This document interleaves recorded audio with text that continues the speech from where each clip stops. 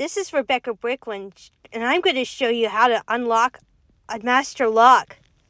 First, you take a lock and place all the zeros all in a row together.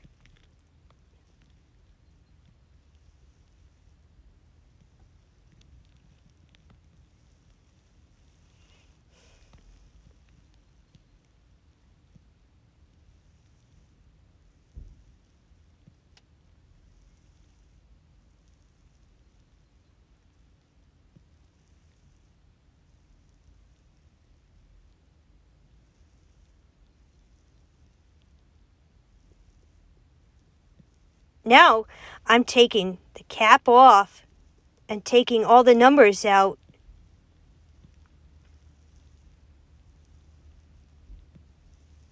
See how the reds line up with the master? You want to make sure of that. Here I have a combination, and I'm putting the cap back on. Make sure the holes line up and your master lines up.